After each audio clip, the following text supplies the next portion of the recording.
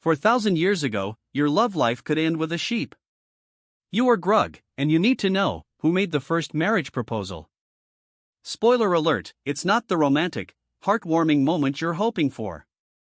Let's set the scene in ancient Mesopotamia, a land of mud bricks, ziggurats, and unbelievable hairstyles.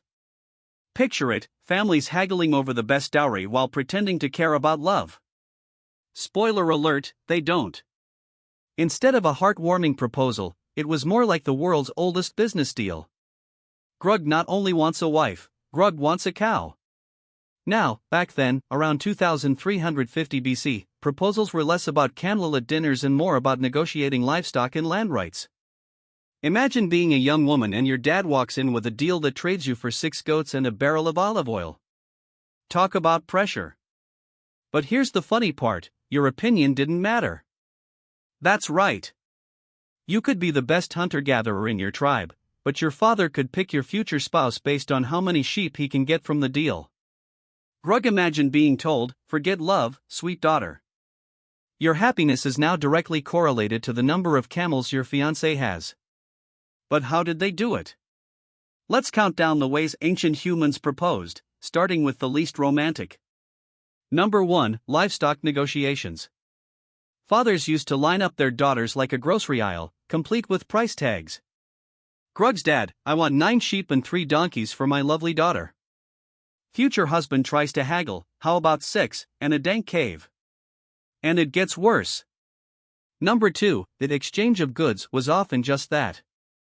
Marriages were not exactly based on love, they were more about convenience. It's like saying, "I'll trade you my PlayStation for your sister." Not even sure which one is a worse deal. Coming in at number 3, official contracts. Yep, they had legal documents. Imagine lawyers dressed in animal skins arguing over marriage terms. "I have evidence that Miriam is only worth 5 goats. Nah, she can fish. That's at least 7. Talk about paperwork ruining the mood. Number 4, parents throwing lavish feasts. They'd gather the whole tribe, parents in one corner, potential suitors in another, and you in the middle wishing you could just run off with a bear. At least then, you wouldn't have to deal with losing your freedom for a few sheep. 5, forced alliances. Grug say forced because if you didn't marry who your parents chose, they'd cut off your food supply. Grug's sister, "I don't want to marry a tribe over." Dad, "You want to eat, right?" And here's the kicker, number 6. The bride's opinion was irrelevant. Imagine your dad saying, "Grug, you're marrying that guy," and you're just standing there like a big rock, nodding. No say in your own life. Grug would have thrown a fit. Grug no want to marry stinky man. But wait, it gets crazier. Number 7, the ascribed roles were pretty fixed. Women were basically the houseplants of marriages, pretty to look at, but unless you brought some great soil or water, you weren't really expected to do much. Grug can't stand the thought. And finally, number 8, love wasn't even a part of the equation. People may as well have been swapping furs. It's the ancient equivalent of "let's see if you'll swipe right." But instead, it was a bunch of ancient dudes trying to figure out who had the best goods. So here's the real twist, the first marriage proposal was basically a glorified trade agreement between 2 fathers, and here we are thinking flowers and chocolates are the way to go. Grug's still mad about the mammoth, and now you're telling me love was useless too? Life back then was tough. Would Grug want to enter this world of forced matrimonial trades? No, thank you. Grug would rather chase mammoths, at least they make dinner more interesting. Now you might wonder, where does that leave us today? Well, society has evolved, and while love may now be a tad more involved, let's be honest, dating has become its own chaotic trade where people barter personalities, looks, and Instagram followers. Now we're swiping left or right like seasoned traders in a marketplace. Swipe right for a cozy cave. Swipe left for the guy with no teeth. So, who made the first marriage proposal? It was ancient Mesopotamia with no romantic hearts in sight. Just 2 fathers trying to outdo each other in a competition of livestock. If Mom had it her way, Grug probably still wouldn't be married. But next time you whisper sweet nothings in your partner's ear, remember, our prehistoric ancestors were trading sheep for love long before you ever gifted a bouquet. But at the end of the day, Grug just wants to know, why can't they just share the cheese? Thank you for joining Grug on this epic journey of love, livestock, and laughter. Until next time, keep swiping. Just remember, don't trade your love for a couple of goats. Ah, but wait. Grug not done.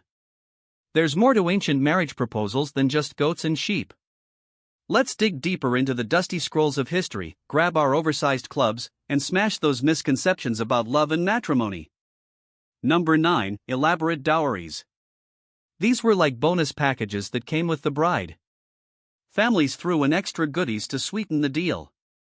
Grug, imagine a dad yelling, "You want my daughter? Here's a cow, some grain, and a basket of the finest pottery." You had to wonder, did any couples think, "Wow, those pots are so beautiful, let's totally get married"? Probably not. Grug loves pottery, but Grug also loved freedom. Can you imagine being married just because of a shiny bowl? It'd be like dating someone for their collection of rocks. So romantic. But that's not all. Coming in at number 10, ceremonial rituals. Some cultures had wild traditions to seal the deal. In ancient Rome, they believed in a thing called the sponsalia. This was essentially an engagement where the couple had to exchange rings made from iron. Grug knows iron is better than goat hair, but did anyone ask if they wanted to get hitched? Congratulations, you are now betrothed, and also stuck forever in this iron ring. No pressure, right? And it gets worse. Some ancient cultures even had marriage by capture. This wasn't a romantic getaway, it was more like a caveman treasure hunt, but without the treasure. Imagine a man literally running off with a woman. Grug, see pretty cave woman, Grug, take her home. I can see it now, surprise. You're married. Hope you like my cave. Oh, and by the way, meet my 7 brothers. Number 11 is personal, trial marriages. Grug read this in a tribe somewhere. Couples would live together for a year before officially tying the knot. It's like the world's oldest rent-to-own situation. They tested compatibility. A year later, if everything worked out, they'd officially get hitched. If not? No biggie, just a harsh breakup. We're not compatible, so I'm taking the goat, you keep the cow. Grug can't decide if that's smart or just plain weird. How do you tell your tribe? Sorry, Grug's dating life has become a game show with prizes. And here's a spicy fact for number 12, marriage was often political, which is the ancient version of, can you believe he's dating a Kardashian? Kings and rulers would marry off their daughters for alliances. Grug, I must marry royal daughter for land. But she mean. Too bad. She worth 5 cows, and you need cows. It was less about finding your soulmate and more about securing a supply chain of wool. But what about the wedding day itself? Grug now imagines awkward festivities. Let's talk about the wedding feasts. Forget 5-star restaurants, the big meal back then was often a huge pot of gruel. Everyone gathered around to eat slop and watch 2 people commit to a life of more slop. It's basically like going to a wedding for the cake and finding out it's made of stale bread. And don't get Grug started on the outfits. Ancient wedding attire was often the same as everyday wear, minus the sparkles. The bride would wear a simple dress, no diamond tiaras or sparkly shoes, unless you count that time someone accidentally wore mud. Wow! Very modern look, right? Let's not forget about number 13, the in-laws. Oh boy, they could make or break your marriage. Grug imagines walking into the family home like it's a lion's den. Greetings, future mother-in-law. Grug, bring goat. Imagine mom-in-law saying, that's nice, but we wanted 6. Talk about awkward family dinners. And here's where it gets super interesting, the notion of a honeymoon. You'd think the newlywed couple would bask in their newfound love, right? Wrong. For many ancient cultures, the honeymoon was actually the time it took for the bride to move to her new home, often involving a full day on the road packing up her things, aka awkwardly carrying livestock. Oh, you want to hold my hand? Hold my goat instead. Now, looking at modern dating, we can laugh but also see the parallels. We're basically still negotiating without realizing it. It's no longer about livestock, but looks and personality. Imagine trying to barter your potential partner based on their latest Instagram post. I'll take that one in exchange for a cool filter and a witty caption. Grug bet that couples are still living in a buyer's market. What's your salary? I can lift 100 pounds.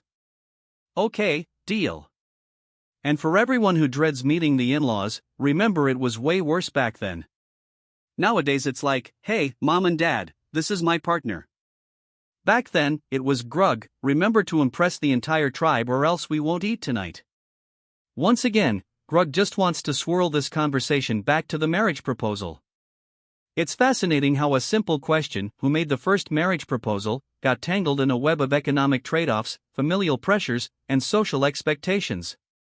Very far from the chocolate and roses ideas we have today. So here's the final punch: marriage hasn't changed as much as we think. We trade in careers, gifts, and social media profiles now instead of goats and sheep. Sometimes, we do this for love, but Grug wonders how much is still, let's face it, a business deal. While you cuddle with your preferred partner, looking at photos of all those cute moments, just remember, none of that exists without a history of livestock negotiations and grueling family expectations. Next time you think of proposing, don't forget Grug's wisdom: love is important, but don't forget the goats. And don't outrun your in-laws.